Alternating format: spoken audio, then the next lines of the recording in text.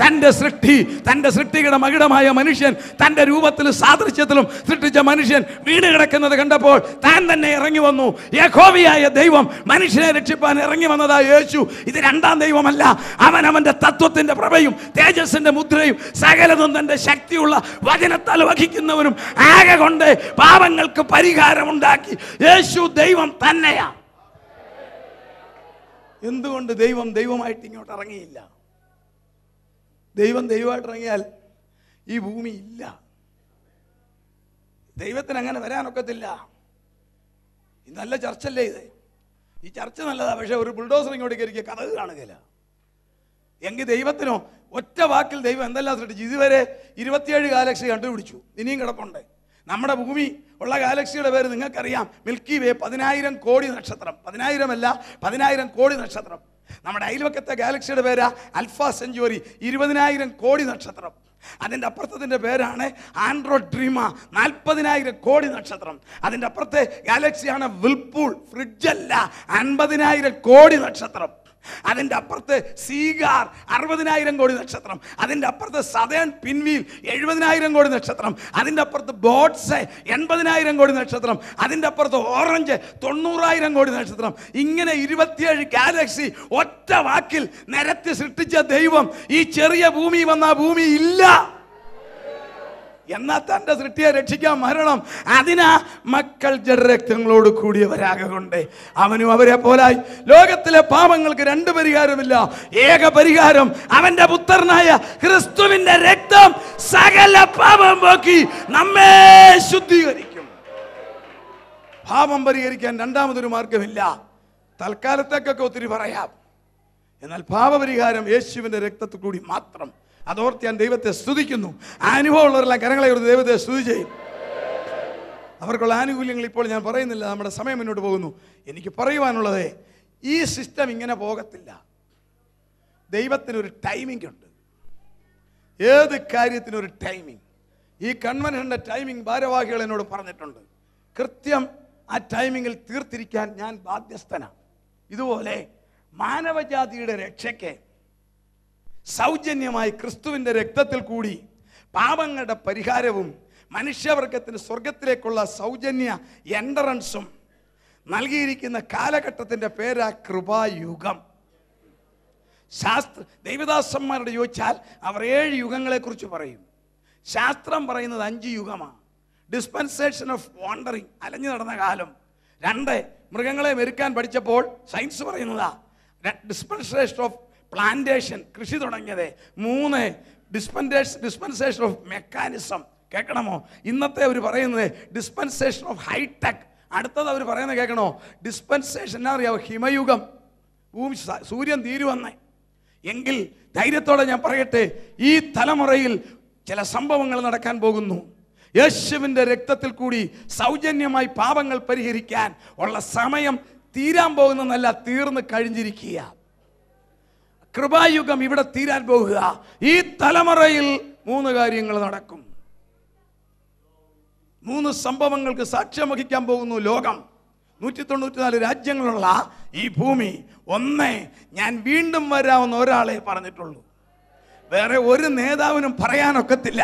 ഞാൻ വീണ്ടും വരാമെന്ന് പറഞ്ഞത് നമ്മുടെ കർത്താവായ യേശു മാത്രമാ. കാരണം അവൻ മരണത്തെ അതിജീവിച്ചവനാ. Price the Lord. അവൻ വീണ്ടും വരും. വേറൊരു ഭാഷ പറയട്ടെ, ഇതിനോടകം ലോകത്തിൽ നിരവധി സംഭവങ്ങൾ നടന്നിട്ടുണ്ട്. ചരിത്രത്തിൽ രേഖപ്പെടുത്തിയ നിരവധി സംഭവങ്ങൾ. 2 വേൾഡ് വാർ, ലോകത്തിലെ വലിയ സംഭവങ്ങൾ നമുക്ക് പലതും അറിയാം. ടൈറ്റാനിക് തകർന്നത്, ബാബിലോണിന്റെ പതനം, റോമൻ സാമ്രാജ്യത്തിന്റെ പതനം, ഇതൊക്കെ ചരിത്ര സംഭവങ്ങളാണ്. ട്രേഡ് സെന്റർ കത്തിപ്പോയത്, ഇതൊക്കെ ചരിത്ര സംഭവമാണ്. എന്നാൽ ദൈവവും ഭൂമിയുമായിട്ടുള്ള ബന്ധത്തിൽ 6 കാര്യങ്ങൾ നടന്നു. ശാസ്ത്രവും സയൻസും സമ്മതിച്ചേ തീരൂ. ദൈവവും മനുഷ്യനും അഥവാ ഭൂമിയുമായുള്ള ബന്ധത്തിൽ 6 സംഭവങ്ങൾ നടന്നു. 7ാമത്തത് നടക്കാൻ പോകുന്നു.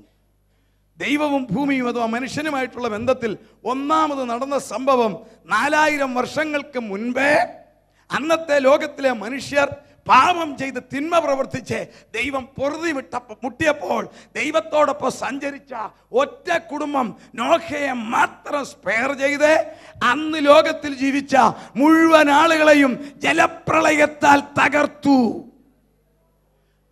അങ്കോറായ്ക്ക് 900 കിലോമീറ്റർ കിഴക്കുള്ള അരരത്ത് പർവ്വതത്തിൽ റഷ്യൻ വ്യോമസേന പറന്നപ്പോൾ എടുത്ത വീഡിയോഗ്രാഫ് ഒരു കപ്പലിന്റെ മേത്തട്ട് കാണിച്ച് പിന്നീട് നയപരമായ കാര്യങ്ങളാൽ അത് മറച്ചെങ്കിലും അങ്ങനെ ഒരു കപ്പലിന്റെ മേത്തട്ട് അവർ കണ്ടുപിടിച്ചെങ്കിൽ അതിന്റെ അർത്ഥം ദൈവം ഈ ഭൂമിയെ ന്യായം വിധിച്ചിരുന്നു.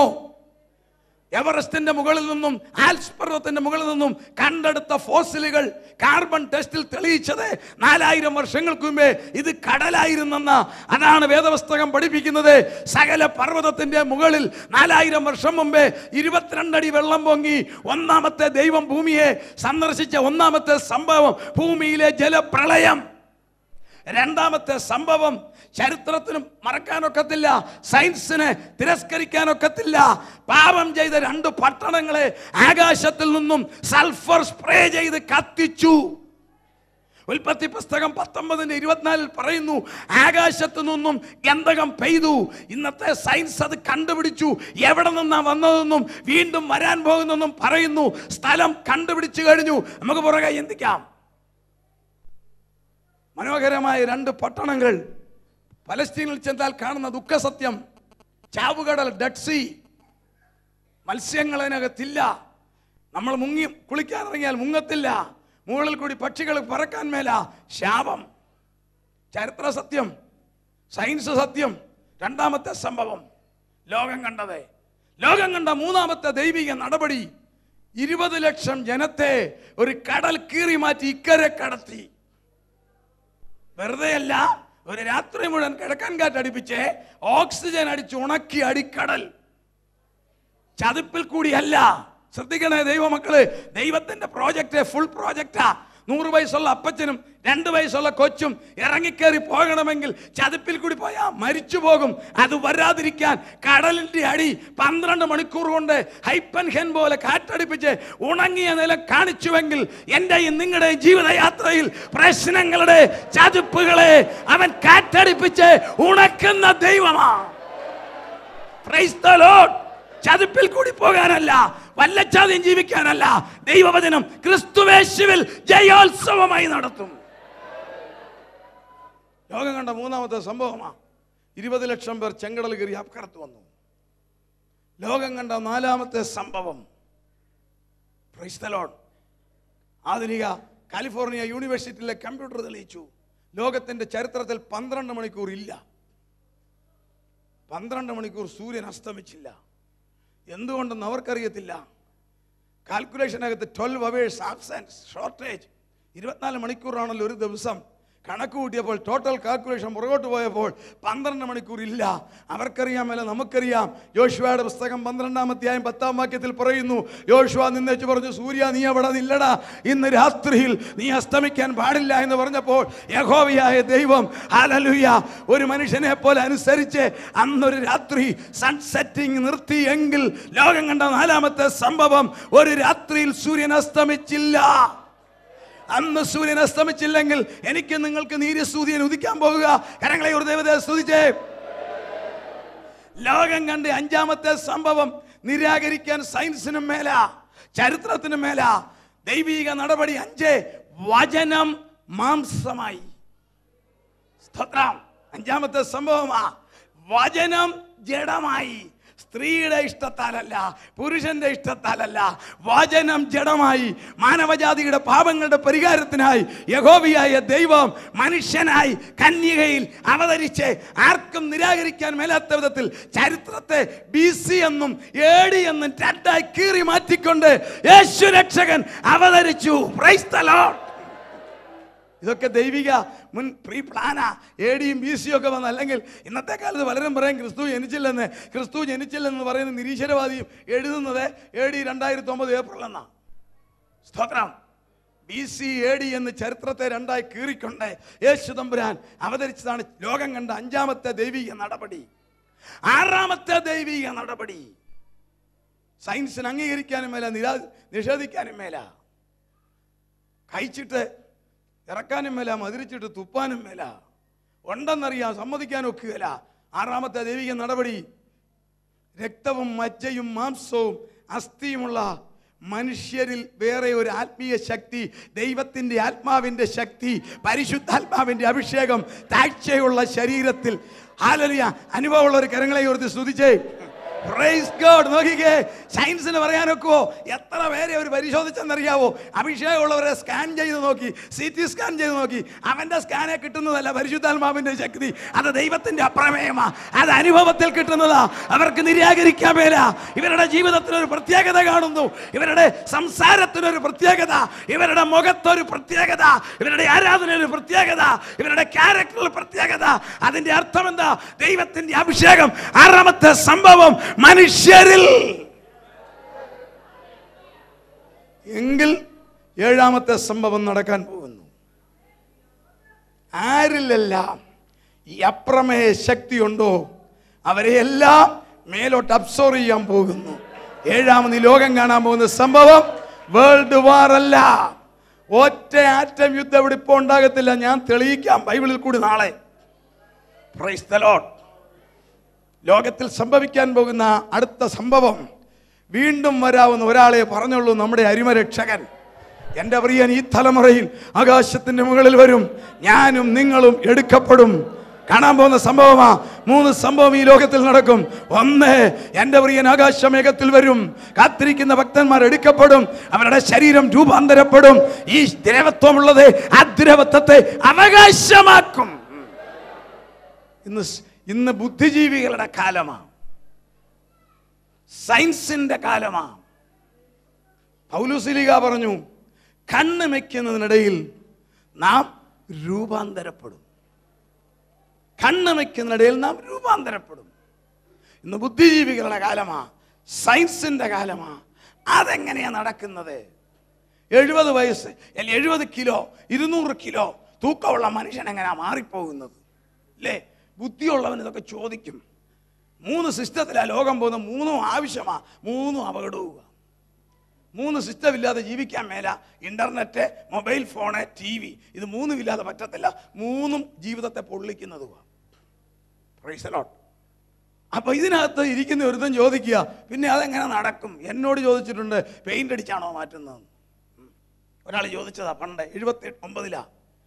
നമുക്ക് പറയാം ഹാനോക്ക് രൂപാന്തരപ്പെട്ടു, ഹാനോക്ക് രൂപാന്തരപ്പെട്ടു, ഏലിയ രൂപാന്തരപ്പെട്ടു. അത് വിശ്വസിക്കാത്തവനോ? തമ്പുരാൻ അറിയാം. ശ്രദ്ധിക്കണേ, ഇനി ഈ കാലത്ത് ഒരു ബുദ്ധിജീവിയും പറയരുത് നടക്കത്തില്ലെന്ന്. തമ്പുരാൻ തെളിയിച്ചു, സയൻസിനെ കൊണ്ട് തെളിയിച്ചു രൂപാന്തരപ്പെടുത്താം. ശാസ്ത്രം പറയുന്നു ഞങ്ങൾ രൂപാന്തരപ്പെടുത്താം. നിങ്ങൾ ഒരു മിനിറ്റ് ശ്രദ്ധിച്ചോണം. ഇന്ന് ഹൈടെക് ലോകമാ. ദൈവം ഓരോരോ കാര്യങ്ങൾ പലരെ കൊണ്ടും ചെയ്യിക്കും. ദൈവം തൻ്റെ കാര്യസാധ്യത്തിന് ആരോ ഉപയോഗിക്കുന്നവനാണ്. നിങ്ങൾക്കറിയാം, കഴുതെ കൊണ്ട് സംസാരിപ്പിച്ചവനാണ് നമ്മുടെ ദൈവം. അല്ലേ? വേണ്ട കാക്കയെ കൊണ്ട് കേറ്ററിംഗ് നടത്തിച്ചവൻ ആ ദൈവം. Price the Lord. വേറെ ആരുടെ കൊടുത്തു വിട്ടാലും കിട്ടുകയില്ല. അതുകൊണ്ട് അങ്ങനെ ചെയ്തത്. ആ ദൈവം ശാസ്ത്രത്തെ കൊണ്ട് സമ്മതിപ്പിക്കുന്നു, രൂപാന്തരപ്പെടുത്താം.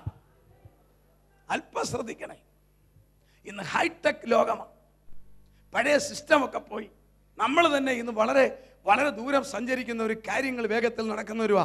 ഇന്ന് തന്നെ നമ്മുടെ ഈ പട്ടണങ്ങളിലുള്ള ഫാക്ടറികളിലെ ഏതെങ്കിലും ഒരു പാർട്സ് കേടായാൽ, എന്തിന് നിങ്ങൾ ഉപയോഗിക്കുന്ന വാഹനത്തിൻ്റെ പാർട്സ് പോയാൽ വരണമെങ്കിൽ ജപ്പാനിൽ നിന്നും ജർമ്മനിയിൽ നിന്നുമാണ്. ഇല്ലേ? ഇനിയും വരുന്ന കാലം സയൻസ് പ്രിഡിക്റ്റ് ചെയ്യുന്ന അതെല്ലാം മാറി. സയൻസിൻ്റെ പ്രിഡിക്ഷൻ കേട്ടോണം. ഉദാഹരണം, കുവൈറ്റിൽ ഒരു ഫാക്ടറി, ഒരു ദിവസത്തെ ടേൺ ഓവർ 10,000 കോടി KD. 10,000 കോടി KD. അങ്ങനെയുള്ളൊരു ലോകം വരാൻ പോവുക. 10,000 crores of KD ഒരു ദിവസത്തെ ടേൺ ഓവർ. ആ ഫാക്ടറിയിലെ കാതലായ മിഷ്യൻ കേടായി. ഒരു ദിവസം 10,000 കോടി KD പോകുന്നത്. ആ ഫാക്ടറിയിലെ മിഷ്യൻ നന്നാക്കാൻ ഒറ്റ എഞ്ചിനീയറെ ജീവിച്ചിരിപ്പുള്ളൂ ജപ്പാനില്ല. സങ്കല്പിച്ചാട്ടെ. ഇല്ലേ അമേരിക്കയില. ആൾ ഇവിടെ വരണം. പ്ലെയിനെ വന്നാൽ, നോൺ സ്റ്റോപ്പേ വന്നാൽ പോലും മണിക്കൂർ 16 വേണം. പോരാ. സയൻസ് പറയുന്നത് അങ്ങനൊന്നും പോരാ, ഇപ്പോൾ ഇവിടെ വരണം. സയൻസ് പറയുന്നു ഞങ്ങൾ വരുത്താം. ചാൾസ് ബെനറ്റ്, അദ്ദേഹത്തിന്റെ 5 അസിസ്റ്റന്റുമാർ 60% കണ്ടുപിടിച്ചു. ആ ടെക്നോളജിയുടെ പേരാണ് ക്വാണ്ടം ടെലിപ്പോർട്ടേഷൻ. നിങ്ങളിൽ ചിലർക്കെങ്കിലും അറിയാമെന്ന് ഞാൻ വിശ്വസിക്കുന്നു. കേട്ടുകൊള്ളുക. അവർ കണ്ടുപിടിച്ചു എന്താണ് ഈ മനുഷ്യ ശരീരം. നമ്മുടെ ബോഡി എന്താ? ഈ പാൻറ് ഷർട്ടും ഇട്ട് നിൽക്കുന്ന തോമസ് മാമൻ, നിങ്ങൾ ഓരോരുത്തരും ആരാ? പ്രായപൂർത്തിയായ ഒരു മനുഷ്യന്റെ ശരീരം 100 crores of cells, 100 കോടി കോശമായി എന്റെയും നിങ്ങളുടെ ശരീരം. ഒരു കോശം എങ്ങനെയുണ്ടാകും? ആയിരക്കണക്കിന് അമിനോ ആസിഡ് ചേരുമ്പോൾ ഒരു പ്രോട്ടീൻ, ആയിരക്കണക്കിന് പ്രോട്ടീൻ ചേരുമ്പോൾ ഒരു കോശം. ശ്രദ്ധിക്കണേ, ആയിരക്കണക്കിന് അമിനോ ആസിഡ് ചേരുമ്പോൾ ഒരു പ്രോട്ടീൻ, ആയിരക്കണക്കിന് പ്രോട്ടീൻ ചേരുമ്പോൾ ഒരു സെല്ല്, 100 കോടി സെല്ല് ചേരുമ്പോൾ ഒരു മനുഷ്യൻ. പുറകോട്ട് പോവുക, മനുഷ്യൻ, ബാക്ക് 100 കോടി cell, back protein, again back amino acid. കേട്ടണം, അമിനോ ആസിഡ് എവിടെ നിന്ന് വന്നു? ഹൈഡ്രജനും കാർബണും നൈട്രജനും ഓക്സിജനും ചേരുമ്പോൾ അമിനോ ആസിഡ്. ബൈബിളിലേക്ക് വരുന്ന കാണണം സയൻസ് എവിടുന്ന് വന്നു? ഹൈഡ്രജനും കാർബണും നൈട്രജനും ഓക്സിജനും സയൻസ് കണ്ടുപിടിച്ചു. 530 കോടി വർഷം മുമ്പേ ഈ പ്രപഞ്ചത്തിൽ ഒന്നുമില്ലായിരുന്നു, ഒരു തീഗോളം മാത്രം ഉണ്ടായിരുന്നു. ആ തീഗോളത്തിന് അവരിട്ടിരിക്കുന്ന പേരായി എൽമേ. ഭൂമിയുടെ ഉൽപ്പത്തി 5 സിദ്ധാന്തം: nebular hypothesis theory, planetesimal theory, എക്സ്പ്രാക്റ്റീവ് യൂണിവേഴ്സൽ തിയറി, റസൽ തിയറി, ഒടുവിൽ തെളിയിക്കപ്പെട്ട ബിഗ് ബാങ് തിയറി. ഇന്ന് രാത്രിയിലും ഫ്രാൻസിന്റെ അടിയിൽ നടത്തുന്ന പരിപാടി ബിഗ് ബാങ് തിയറി തെളിയിച്ചു.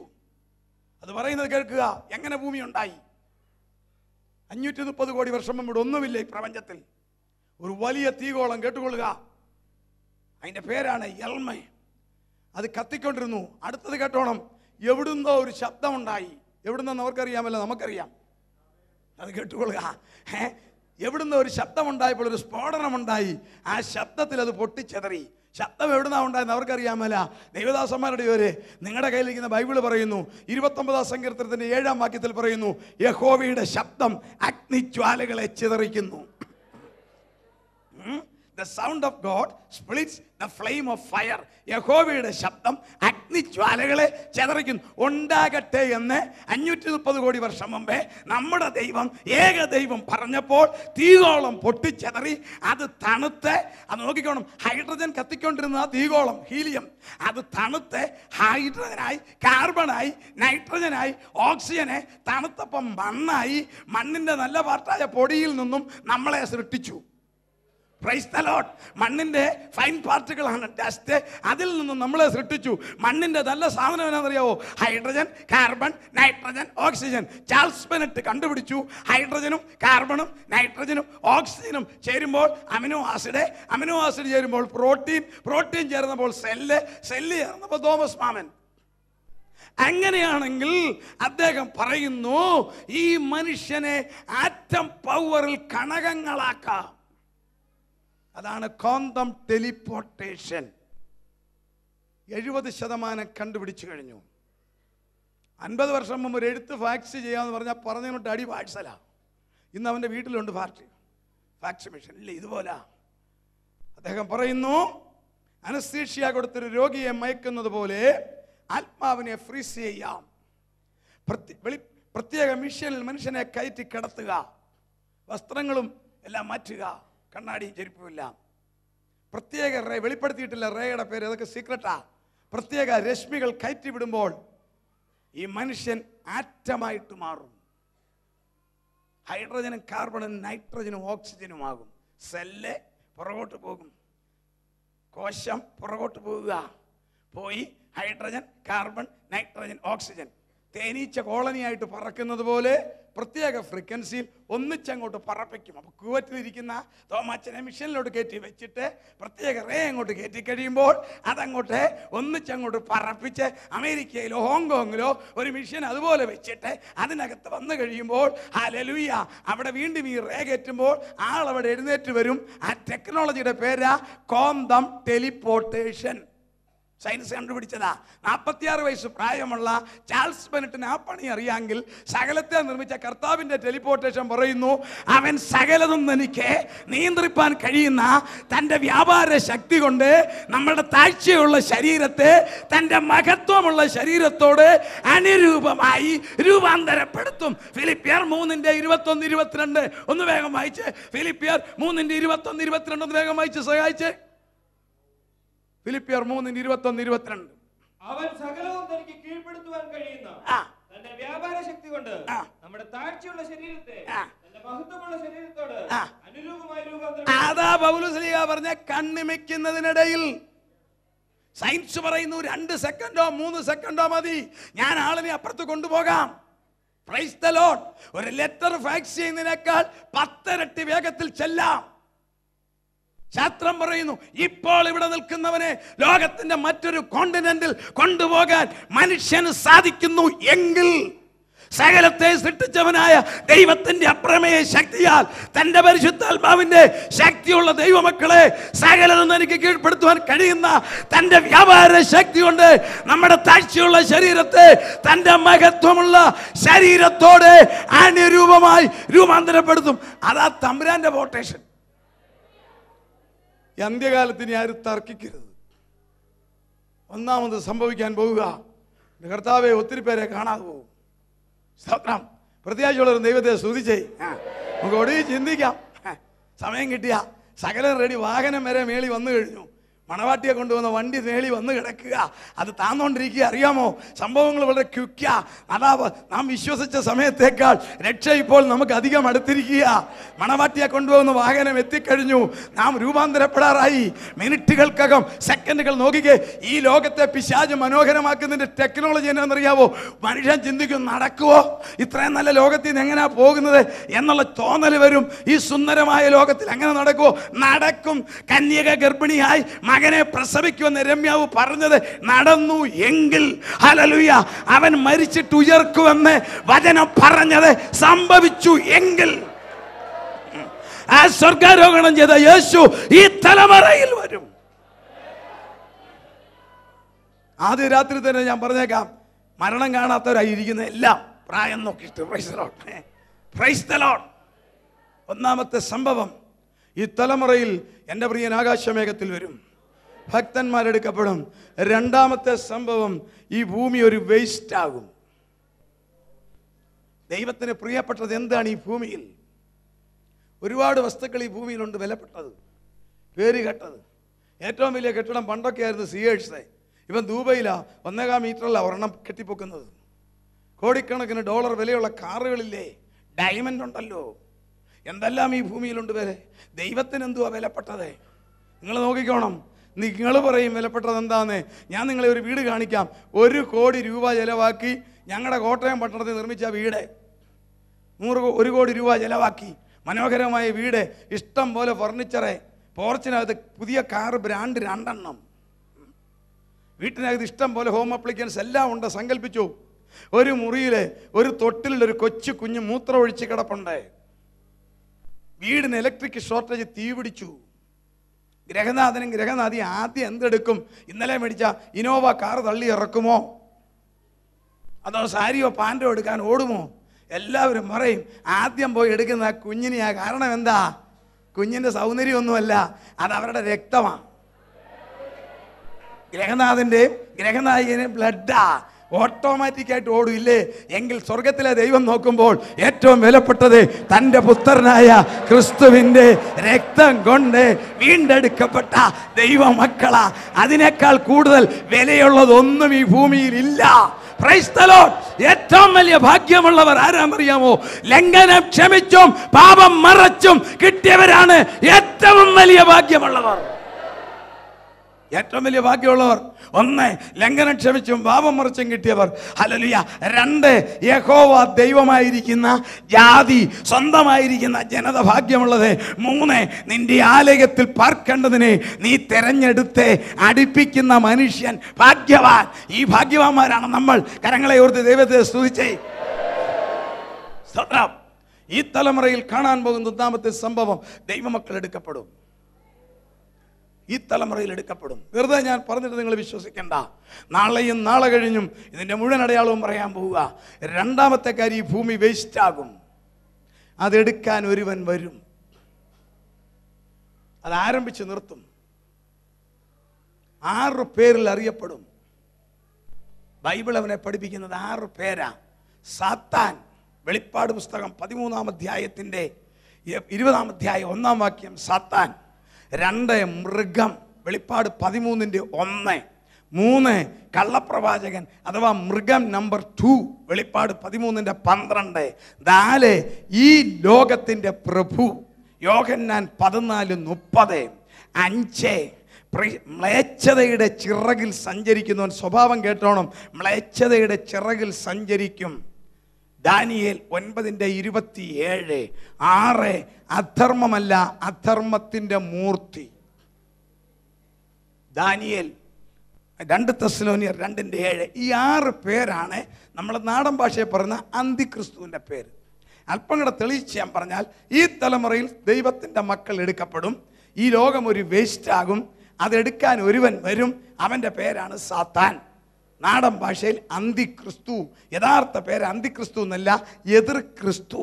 ഇംഗ്ലീഷിൽ എഴുതിയിരിക്കുന്നത് ആൻറ്റി ക്രൈസ്റ്റ്. അതായത് എല്ലാം ക്രിസ്തുവിനെതിരെ. ശ്രദ്ധിച്ച് കേട്ടോണേ, നമുക്ക് നാളെ അതിൻ്റെ ബാക്കി അങ്ങോട്ട് തുടരാം. എല്ലാം ക്രിസ്തുവിനെതിരാ. അതാണ് ആൻറ്റി ക്രൈസ്റ്റ്. ക്രിസ്തു സ്വർഗത്തിൽ നിന്നും വന്നു. യോഹന്നാൻ 6:38. ഇവനും സ്വർഗത്തിൽ നിന്ന് വന്നതാ, പക്ഷെ പെടലേക്ക് പിടിച്ച് ചാടിച്ചതാ. എഗസ്കേൽ 28:16. ക്രിസ്തുവിനെ പിതാവ് അയച്ചതാ. യോഹന്നാൻ 5:30. ഇവനെ പിതാവ് ഓടിച്ചു വിട്ടതാ. എഗസ്കേൽ 28:16. ക്രിസ്തു പിതാവിൻ്റെ നാമത്തിൽ വന്നു. യോഹന്നാൻ 5:43. ഇവൻ എല്ലാം ഓപ്പോസിറ്റാ. ഇവൻ സ്വന്തം നാമത്തിലാണ് വരാൻ പോകുന്നത്. ഞാൻ എൻ്റെ പിതാവിൻ്റെ നാമത്തിൽ വന്നു, നിങ്ങൾ എന്നെ കൈക്കൊണ്ടില്ല. മറ്റൊരുത്തൻ സ്വന്തം നാമത്തിൽ വരും. അടുത്തത് ക്രിസ്തു തന്നെത്താൻ താഴ്ത്തി. ഫിലിപ്പിയർ 2:6. ഇവൻ തന്നെത്താൻ ഉയർത്തും. 2 തെസ്സലോനിയർ 2:7. ഏത് ദേവനും മേലായി തന്നെത്താൻ ഉയർത്തും. അടുത്തത് കേട്ടോണം, ക്രിസ്തു വന്നത് ജീവൻ നൽകുവാനും സമൃദ്ധിയായി ജീവൻ നൽകുവാനും കർത്താവ് വന്നു. യോഹന്നാൻ 10:10. ഇവൻ ഓപ്പോസിറ്റാ. മോട്ടിക്കാനും അറക്കാനും മുടിക്കാനും അവൻ വരുന്നു. Price the Lord. എല്ലാം ക്രിസ്തുവിനെതിരാ. അടുത്തത് കേട്ടോണം, ക്രിസ്തു സമൃദ്ധിയായി അനുഗ്രഹിച്ചു. 5 അപ്പം കൊണ്ട് 5000 ഫീഡ് ചെയ്തു. ഇവൻ റേഷ്യൻ വെക്കും. ഒരു പണത്തിന് 1 ഇടങ്ങഴി കോതമ്പ്, ഒരു പണത്തിന് 3 ഇടങ്ങഴി യവം അവൻ കൺട്രോൾ ചെയ്യാൻ പോവുക. ക്രിസ്തു ദേവാലയം ശുദ്ധീകരിച്ചു. ദേവാലയത്തിൽ കയറി അതിനകത്തെ അനഭിമിതരെയും കച്ചവടക്കാരെ അടിച്ചോടിച്ചു. ദേവാലയം ക്ലീൻ ചെയ്തു. ഇവൻ ദേവാലയം അടിച്ചു പൊളിക്കും. ദാനിയേൽ 8:11. ഒടുവിൽ ക്രിസ്തു എതിർ ക്രിസ്തു. ക്രിസ്തു പ്രൈസ് ദി ലോർഡ് സ്ത്രീയുടെ സന്തതിയായി ജനിച്ചു. ഇവൻ സ്ത്രീയുടെ സന്തതിയായി ജനിക്കത്തില്ല, ജനിച്ചാൽ പറ്റത്തില്ല. Price the Lord. വിഷയത്തിലേക്ക് വരുമ്പോൾ ഞാൻ നിർത്തും കറക്റ്റ് ടൈമിനെ. സയൻസ് 2 കാര്യത്തിൽ നിന്ന് ലോകത്തെ വെല്ലുവിളിക്കുന്നു. നോക്കിക്കോണം, സയൻസിൻ്റെ കണ്ടുപിടുത്തങ്ങൾ മറ്റു കാര്യങ്ങൾക്ക് വരുന്നെങ്കിലും വന്നെത്തുന്നത് എവിടെയാണെന്നറിയാമോ? വചനനിവൃത്തി. സയൻസ് ലോകത്തെ വെല്ലുവിളിക്കുന്നു 2 കാര്യം. 1, ഒരു ഡോക്ടർ, ഒരു എഞ്ചിനീയർ, ഒരു പ്രൊഫസർ, ഒരു ബിസിനസ്മാൻ, ഹൂ എവർ ഓപ്റ്റിമത്തിൽ വരണമെങ്കിൽ 40 വയസ്സാ. നല്ല ഗ്ലാമറിൽ കയറി വന്ന് ഏറ്റവും നല്ല ആ ഓപ്റ്റിമം ഹൈടെക്കിൽ വരണമെങ്കിൽ 40 വയസ്സാണ്. എല്ലാവരും അങ്ങനെ തന്നെയാ. സമൂഹത്തിൽ സയൻസ് പഠിച്ചതാ. എവരിബഡി അവരുദ്ദേശിക്കുന്ന തുറയിൽ നല്ല രീതിയിൽ വരണേ 40 വയസ്സാ. പഠിച്ചും പ്രായവും പക്വതയും എക്സ്പീരിയൻസും 40 വയസ്സാ. ഒരു അധ്യാപകൻ നല്ലൊരു പ്രൊഫസറായിട്ട് വരണേ 40. ഒരു ഡോക്ടർ FRCS എല്ലാം കഴിഞ്ഞ് നല്ലൊരു അതോറിറ്റി ആയിട്ട് വരണമെങ്കിൽ മിനിമം 40. ഒരു ഡ്രൈവറെ നിങ്ങൾ നോക്കിക്കേ, ഈ രാഷ്ട്രീയ നേതാക്കന്മാരുടെയും പ്രധാനമന്ത്രിമാരുടെയൊക്കെ വണ്ടി ഓടിക്കുന്ന ചെറുപ്പക്കാരൻ്റെ കൊടുക്കത്തില്ല. 40 മിനിമം. രക്തം തിളപ്പിച്ച് അവൻ കത്തിച്ചു വിടും. 40 എല്ലാം. ഒരു വീട്ടമ്മ ചെലവ് ചുരുക്കി രുചികരമായിട്ട് ഭക്ഷണം പാചകം ചെയ്യണേ 40. അതിനു മുമ്പ് എണ്ണയ്ക്കകത്ത് ഉരുട്ടി വേഗം തീർക്കുന്ന പരിപാടിയാ. ലോകത്തിലെല്ലാം അങ്ങനെയാ 40. പക്ഷെ സയൻസ് പറയുന്നു ഇന്നത്തെ ലൈഫ് സ്റ്റൈലിൽ 40 വയസ്സാകുമ്പോൾ മിക്കവാറും ഏതെങ്കിലും ഒരു രോഗമില്ലാത്ത വ്യക്തി ഇല്ല. എന്തെങ്കിലും ഒരു രോഗം, ഡയബറ്റിക്കോ BP-യോ കൊളസ്ട്രോളോ എന്തെങ്കിലും ഇല്ലാത്ത ഒരാൾ, ഷുഗറോ ഇല്ലാത്ത പുള്ളി ഇല്ല. അപ്പൊ സയൻസ് പറയുന്നു അതൊരു ലോസാ. 40 വയസ്സ് വരെ ഈ വ്യക്തി വളർന്ന് പഠിച്ചു വന്നപ്പോൾ എത്ര ലക്ഷങ്ങൾ ചെലവാക്കി, എന്തുമാത്രം ഡോളർ ചെലവാക്കി, എന്തുമാത്രം ഗഡി ചെലവാക്കി. നല്ല കണ്ടീഷനിൽ വന്നപ്പം വിരിയാൻ നേരത്ത് താന്നുപോയെന്ന് പറഞ്ഞതുപോലെ അതൊരു ലോസാ. അത് വേണ്ട. കേട്ടോണേ, ഞങ്ങൾ തരാം രോഗം വരാത്തത്. BP പിടിക്കത്തില്ല, കൊളസ്ട്രോൾ ഉണ്ടാകത്തില്ല, ഡയബറ്റിക് ഉണ്ടാകത്തില്ല, കാർഡിയാക് അറസ്റ്റ് ഉണ്ടാകത്തില്ല, സെറിബ്രൽ ഹെമറേജ് ഉണ്ടാകത്തില്ല. ഞങ്ങൾ തരാം. അടുത്തത്, ഒരു രാഷ്ട്രീയ നേതാവിനെ സംരക്ഷിക്കണമെങ്കിൽ കോടിക്കണക്കിന് അതാത് രാജ്യത്തെ നാണയത്തിന് ചെലവാ. പ്രധാനമന്ത്രിമാരോ പ്രസിഡന്റന്മാരോ രാജാക്കന്മാരോ ആരായാലും അവരെ പ്രൊട്ടക്റ്റ് ചെയ്യണമെങ്കിൽ ധാരാളം പണം വേണം. ശ്രദ്ധിക്കണേ, അവർ സയൻസ് ചോദിക്കുന്ന ഈ പണം ഏതാ? സാധാരണക്കാരൻ്റെ ടാക്സ് അല്ലേ? എന്നിട്ട് തന്നെ പ്രയോജനം? ഇത്രയൊക്കെ സംരക്ഷിച്ചിട്ടും വല്ല പ്രയോജനമുണ്ടോ? എത്രയോ നേതാക്കന്മാരെ കൊല്ലുന്നു, എത്രയോ നേതാക്കന്മാരെ അപമാനിക്കുന്നു. ഞങ്ങൾ തരാം വെടിയുണ്ടയേറ്റ ചാകാത്തത്. നോക്കിക്കേ, ആധുനിക സയൻസ് പറയുന്നു ഞങ്ങൾ തരാം വെടിയുണ്ടയേറ്റ ചാകാത്തത്. ഒരു സയൻസും ഇല്ലാത്ത കാലത്തെ പരിശുദ്ധാത്മാവിൽ യോഹന്നാൻ എഴുതി, വെളിപ്പാട് 13:14, വാളാൽ മുറിവേറ്റിട്ടും ചാകാത്ത മൃഗം. Price the Lord. വാളാൽ മുറിവേറ്റിട്ടും ചാകാത്ത മൃഗം. വെളിപ്പാട് 13:2 പറയുന്നു, ആരോ ഒരുത്തൻ അവനോട്ട് വെടിവെച്ചു, അതങ്ങ് പുറത്തു പോയിട്ട് അവൻ ചോദിച്ചു, ഇത്രയേ ഉള്ളോ ചാക്കോച്ച, ഒന്നുകൂടെ വെക്കടാ. എതിർ ക്രിസ്തു. ഹല്ലേലൂയ. വെളിപ്പാട് പുസ്തകം 13:12-14 പറയുന്നു, വാളാൽ മുറിവേറ്റിട്ടും ചാകാത്ത മൃഗം. അങ്ങനെയാണെങ്കിൽ സയൻസ് പറയുന്നു ഞങ്ങൾ സൃഷ്ടിച്ചു തരാം, രോഗം വരാത്തതിനെ ഞങ്ങൾ സൃഷ്ടിക്കാം. അടുത്തത് നിങ്ങൾ കേട്ടോണം, വെടിയുണ്ടയേറ്റാൽ ചാകാത്തതിനെ തരാം, നല്ല ലൈഫ് പ്രൂഫ് മനുഷ്യനെ ഞങ്ങൾ സൃഷ്ടിച്ചു തരാം എന്ന് സയൻസ് പറയുമ്പോൾ തിരുവചനം വിരൽ ചൂണ്ടുന്നു. ആ അവസാന കാലത്തെ ഒരു പ്രത്യേക പുള്ളി ലോകം ഭരിക്കാൻ വരും. അതെങ്ങനെയാ സൃഷ്ടിക്കുന്നതെന്ന് നമുക്ക് നാളെ തുടങ്ങാം. ഹല്ലേലൂയ. സയൻസ് കണ്ടുപിടിച്ചു കഴിഞ്ഞു, ഒരു സ്ത്രീയുടെയും സഹായം വേണ്ട, ഒരമ്മയും പ്രസവിക്കേണ്ട. കണ്ടോ, സംഗതി തിരിഞ്ഞു. യേശു സ്ത്രീയുടെ സന്തതിയായി വന്നു. ഇവൻ സ്ത്രീയുടെ സന്തതിയായി വരത്തില്ല. വന്നാൽ അവൻ അധർമ്മമൂർത്തിയാകത്തില്ല, മ്ലേച്ഛതയുടെ ചിറകിൽ സഞ്ചരിക്കുന്നില്ല. അതെ, അത് സയൻസ് പറഞ്ഞു കഴിഞ്ഞു. നമുക്ക് തെളിയിക്കാം. ഇന്ന് രാത്രി ഈ വചനങ്ങളാൽ കർത്താവ് നിങ്ങളെ അനുഗ്രഹിക്കട്ടെ. തുടർന്ന് നമ്മൾ ചിന്തിക്കാം. നാളെ നമുക്ക്